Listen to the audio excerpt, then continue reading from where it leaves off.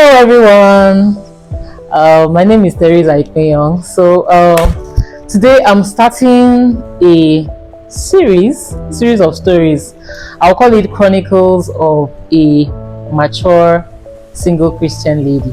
They're just stories of some of the experiences I had in my early 30s before I got married, and I believe these stories will help someone out there because there may be people going through what I went through, and so I want to hope that people can take a lesson or two. Some of them are really funny stories, so if you like gist like me, you can just sit down and enjoy yourself. Okay, so today I'm going to talk about what I would call, I don't really even know how to coin it, but sometimes when you are in a situation where maybe you've waited for a while, maybe you're in a season where guys are not coming for you, you're over 30, and you're getting worried, you're getting concerned. Sometimes there's I don't know, I won't like to use the word desperate, but that's what it is. There's a level of desperation that sets in, that maybe if, let's say for instance, 2 whole years nobody has come for you, the next person that comes for you, there's a temptation to be like, okay, somebody has come, and then because no one was coming, you now won't scrutinize the person properly because you feel, this has to be the one, blah blah blah, that kind of a thing. So okay, I had this interesting experience. I had gone through a similar season, and then there's this guy, I had known him years back in the church I was worshiping in Lagos. By then I had moved away from Lagos and all that.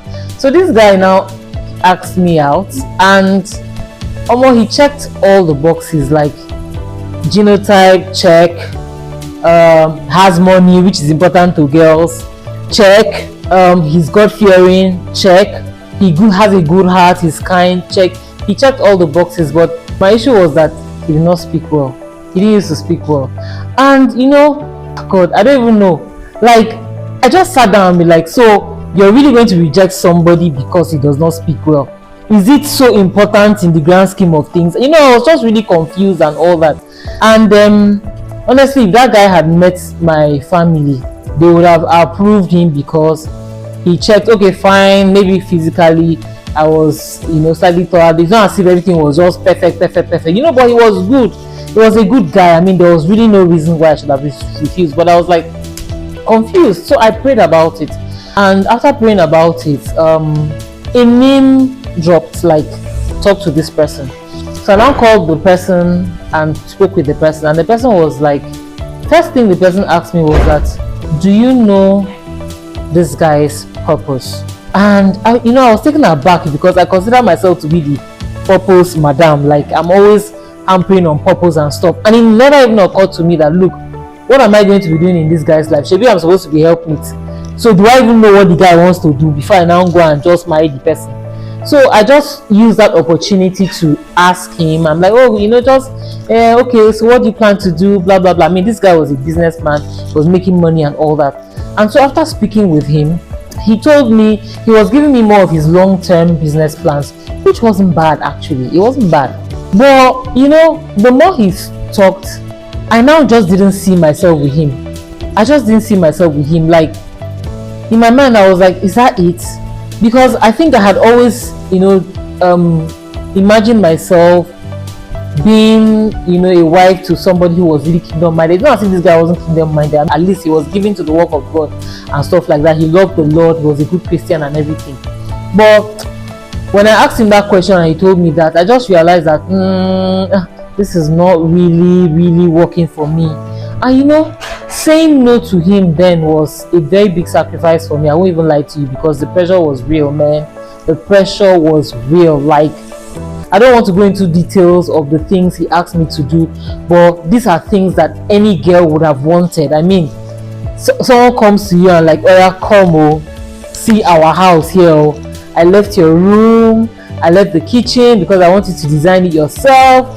So many nice things that somebody that is looking forward to having a family would have wanted, but that just didn't work out. So I just want to encourage a girl out there. Now, this is really trivial. I believe if I had married the guy, everything would have been good. You understand? Like, I don't think he was the wrong guy.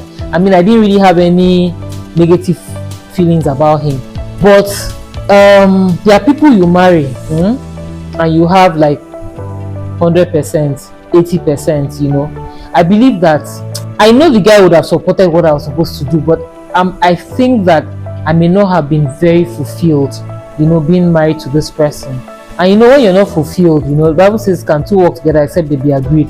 We have different visions. Me, I have one high vision about something.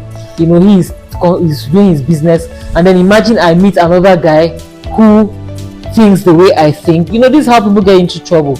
You're not really connecting with your spouse, and then you now go and meet someone outside you're connecting more with, and you now start thinking, oh, maybe I should have married this other person. That's how temptation and things like that go.